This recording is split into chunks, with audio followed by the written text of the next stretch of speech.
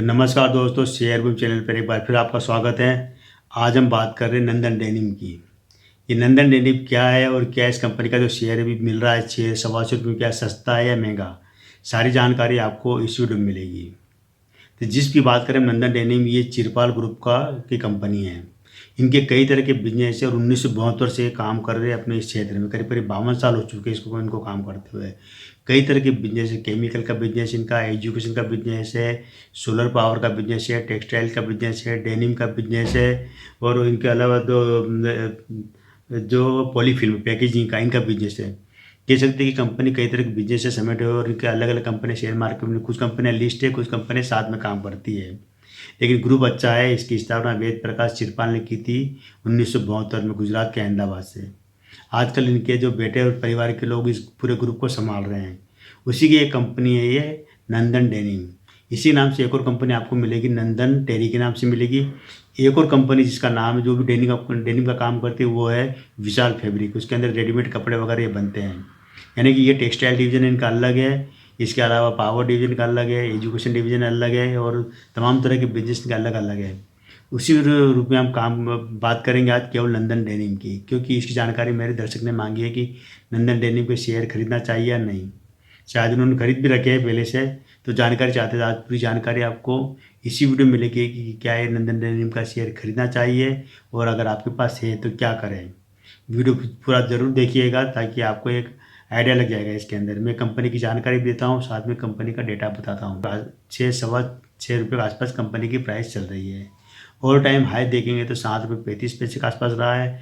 लो रहा है इसका 2 रुपये 4 पैसे का लो भी रहा है 1 साल का। पूरे लाइफ टाइम का आप देखेंगे तो 50 पैसे का लो रहा है, और हाई रहा है करीब 7 रुपये 35 पैसे का।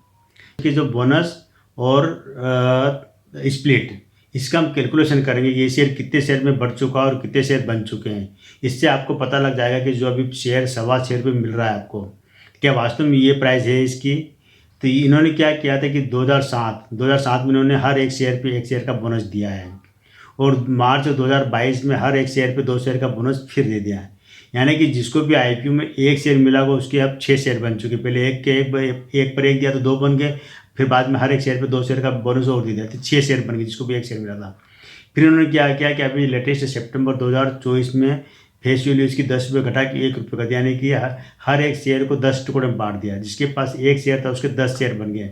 यानी कि जिसको भी अगर बोनस से पहले 1 शेयर के 6 शेयर बन चुके, और 6 के 60 शेयर बन चुके अब। और 60 को अभी आप 6 रुपये से मल्टीप्लाई करेंगे, जो आज की जो प्राइस है, तो ये करीब बैठता है 360 रुपये के आसपास बैठता है। यानी कि जो आप शेयर खरीद रहे 6 रुपये में, ये 6 रुपये में नहीं खरीद रहे, ये आप मान के चलिए कि 360 रुपये का 1 शेयर खरीद रहे हैं। क्योंकि इस तरह कैलकुलेशन करना चाहिए कि जब भी शेयर स्प्लिट होता है तो वहाँ की शेयर की संख्या बढ़ जाती है। ये आपको पता होगा ये चीज़ कि स्प्लिट होना मतलब शेयर की संख्या बढ़ जाती है। और जो बोनस मिलता है शेयर, मतलब आपके पास अगर 10 शेयर रखा या 100 शेयर है, और 100 शेयर पे कंपनी ने 100 शेयर का और बोनस दिया, तो आपके पास शेयर डबल हो जाएंगे, 200 शेयर बन जाएंगे। लेकिन शेयर की प्राइस आधी हो जाती है वहाँ पर, जितनी बढ़ता उतना आधी प्राइस हो जाती। शेयर स्प्लिट में भी यही होता है। तो इनके अब तक कंपनी एक बार राइट्स इशू ला चुकी है। ये लाए थे 2007 में। हर मतलब 2 शेयर पे 1 शेयर का राइट्स इशू ला चुके हैं। यहाँ पर प्रमोटर की होल्डिंग हम देखेंगे तो करीब 51% होल्डिंग प्रमोटर के पास में है। एफआईएस के पास होल्डिंग ½ % होल्डिंग एफआईएस के पास है।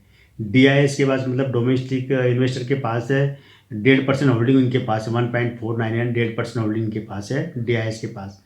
पब्लिक के पास है 46.92% की होल्डिंग, मोटा मोटा 47% होल्डिंग मान सकते हैं पब्लिक के पास है। और अदर होल्डिंग है बहुत कम है, 0.01% की, बहुत कम है।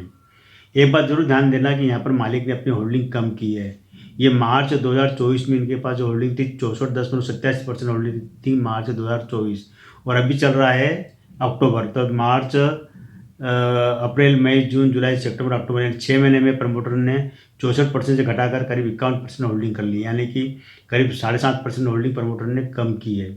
ये जरूर ध्यान रखना नेगेटिव पक्ष है, क्योंकि कई बार मालिक धीरे धीरे सारी होल्डिंग बेच देते, कई कंपनी में ऐसा हो चुका है। यहाँ पर अभी ठीक है 51% मालिक के पास होल्डिंग है, बढ़िया है, कोई दिक्कत नहीं है। अब हम देखें इसके अंदर सेल्स ग्रोथ, तो 10 साल में इसकी रही है 8% की रही है, 5 साल में 7% की। प्रॉफिट ग्रोथ है 10 साल में 1% का रहा है, और 5 साल में 15% का प्रॉफिट ग्रोथ रहा है। CAGR यानी कि स्टॉक प्राइस इसकी है 15% रहा है 10 साल में, और 5 साल में रहा है 43% का रहा है। लाभांश ROE यानी कि 10 साल में रहा है 8% और 5 साल में रहा है 4% का। तो यहाँ पर ज़रूर 5 साल का रेशो में ठीक ठाक है, कोई मतलब ज़्यादा बहुत ज़्यादा अच्छा भी नहीं, बहुत ज़्यादा बेकार भी नहीं, ठीक ठाक है यहाँ पर हम कह सकते हैं। अब हम इसका रेवेन्यू देख लेते हैं। पहले हम क्वार्टर के रेवेन्यू देखेंगे, बाद में हम सालाना। तो 4 क्वार्टर के रेवेन्यू देखेंगे हम। तो सितंबर 2023 में इनका रेवेन्यू आया था 414 करोड़ 42 लाख का रेवेन्यू आया। खर्चा हुआ था इनका 387 करोड़ 75 लाख का, और नेट प्रॉफिट हुआ था इनको 8 करोड़ 20 लाख का नेट प्रॉफिट हुआ है सितंबर 2023 में। दिसंबर 2023 में 462 करोड़ 18 लाख का रेवेन्यू आया। खर्चा हुआ था 429 करोड़ 85 लाख का। नेट प्रॉफिट हुआ इनको 7 करोड़ 96 लाख का। मार्च 2024 में 579 करोड़ का रेवेन्यू 579 करोड़ 12 लाख का रेवेन्यू आया। खर्चा हुआ 540 करोड़ 13 लाख का, और नेट प्रॉफिट हुआ 27 करोड़ 11 लाख का। यहाँ पर मार्च 24 में इनको ज़बरदस्त प्रॉफिट हुआ है, आप देख लिए करीब 3-4 गुना प्रॉफिट बढ़ा है यहाँ पर। जून 2024 में 721 करोड़ का रेवेन्यू आया। 721 करोड़ 62 लाख का रेवेन्यू आया। 690 करोड़ 38 लाख रुपए खर्चा हुआ, और 7 करोड़ 49 लाख का इनको नेट प्रॉफिट हुआ है। अभी मार्च 2024 में जो इनका जो रेवेन्यू प्रॉफिट जबरदस्त दिखा रहा ना, इसी दौरान इन्होंने शायद अपनी होल्डिंग कम की। मैंने बताया था ना कि इन्होंने करीब करीब 7.5-8% होल्डिंग बेची है, शेयर बेचे। इस वजह से इनके क्या हुआ कि जो प्रॉफिट में 27 करोड़ का प्रॉफिट दिखा रहे हैं यहाँ पर, तो इस वजह से हो रहा है शायद ये। सालाना हम देख लेते हैं कि 2021, 22, 23 और 24। तो 2021 में इनका रेवेन्यू आया था 1090 करोड़ का। खर्चा हुआ 1008 करोड़, लेकिन यहाँ पर इनको घाटा हुआ था 19 करोड़ का घाटा गया था 2021 में। 2022 में 2176 करोड़ का रेवेन्यू आया।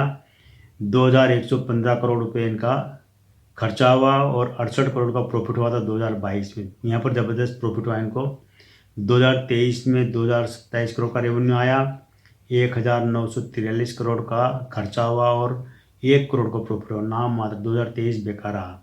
2024 में 2010 करोड़ का रेवेन्यू आया था।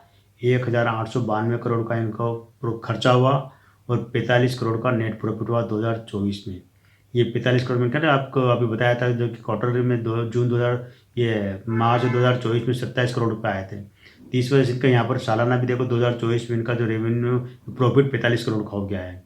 अब हम देखेंगे मालिक के पास अपनी कंपनी चलाने के लिए कितना है। तो शेयर पूंजी ग्रुप में इनके पास से 144 करोड़ की शेयर पूंजी है। रिजर्व इनको देना है, मतलब रिजर्व इनके पास रखा है 441 करोड़ का रिजर्व, अच्छा रिजर्व, बहुत बढ़िया है। कर्जा देना है इनको 330 करोड़ रुपये कर्जा देना है। कंपनी जरूर ये कह सकते हैं कि 1 से कम है, डेप्ट फ्री श्रेणी में आती है, लेकिन ये जरूर ध्यान रखना है कि इतनी भी डेप्ट किए है करीब करीब 0.56% इनको इक्विटी जो डेप्ट इक्विटी रेशियो है 0.56% का। तो 330 करोड़ का इनको कर्जा चुकाना है। अन्य देनदारियाँ 267 करोड़ की है। टोटल देखे जाए तो 1182 करोड़ का इनको देनदारियाँ बैठती है। इसमें मालिक का पैसा भी लगा होता है, और इनके पास असेट के रूप में 508 करोड़ का इनके पास असेट भी है, यानी कि असेट बढ़िया, कोई दिक्कत नहीं है यहाँ पर मालिक के पास। तो ये दोस्तों, आप इसी कंपनी में अगर आप इन्वेस्टमेंट करते हैं तो निश्चित है कि मान के चलिए कि आने वाले दिनों में आपको एक अच्छा खासा रिटर्न भी दे सकती है कंपनी, क्योंकि ये जो चिरपाल समूह है बहुत बड़ा ग्रुप है, जाना माना ग्रुप है अपने टेक्सटाइल क्षेत्र में। कई तरह के इनके आज ये देश का कह सकते हैं कि सबसे बड़ा डेनिम मैन्युफैक्चरर भी यही है, और कई देशों तक 52 देशों तक इनका कारोबार फैला हुआ है। देश की बड़ी बड़ी जो कंपनियां जो डेनिम बनाती है, जीन्स पैंट वगैरह बनाती है, उनको माल सप्लाई भी करती है कंपनी। इनके ग्राहकों में बड़ी बड़ी कंपनियां भी है। तो इस तरह से ऐसे ग्रुप में अगर आप इन्वेस्टमेंट करते हैं तो आपको भविष्य में अच्छा रिटर्न मिल सकता है, लेकिन ये भी देखना चाहिए कि जो आप शेयर खरीद रहे हैं क्या वाकई वो शेयर की प्राइस सस्टेन करती है कि नहीं कंपनी की साइज़ के हिसाब से। हालांकि ये जरूर है कि अभी ये जो शेयर आपको 6 रुपये मिल रहा है, 6 रुपये 10 पैसे के आसपास मिल रहा है, लेकिन इसमें स्प्लिट हुआ शेयर बोनस भी मिले है, डिविडेंड